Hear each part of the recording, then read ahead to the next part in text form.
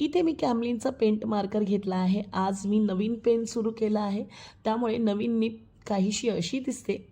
थोडंसं प्रेस केलात ना, बस काहीही यानंतर तुम्हाला प्रेस करायचं नाही. हलकं हलकं हा पेन वापरत चला आणि बघा किती स्मूथ चालतो ते. खूप स्मूथ चालतो. स्टेशनरी शॉपमध्ये फारच इझिली अवेलेबल आहे.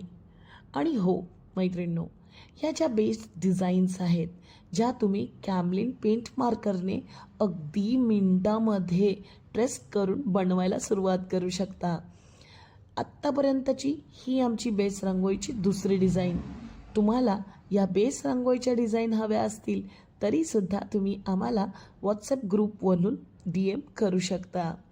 आता पहा, ट्रेस करून झाल्यानंतर आपण ह्याला आपल्या कलर संगतीमध्ये, आता बेसला कोणता कलर मारायचा आहे त्या हिशोबाने आपण कलर मारून घेऊ शकतो.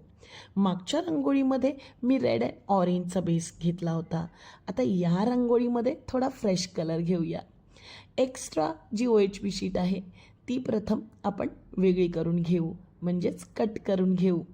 कट करून झालेली OHB शीटवर आता आपण मिश्रण लावायला सुरुवात करू. अगदी 8 नंबरचा राऊंड ब्रश मी इथे घेतलेला आहे फेविकॉल लावण्यासाठी. आता हे मिश्रण कसलं? फेविकॉल MR 60% आणि 40% पाणी, त्यामध्ये मिश्रण रेडी केलं आहे. आणि हे मिश्रण आपण ब्रशच्या साह्याने त्या पूर्ण गोलमध्ये लावून घेणार आहोत.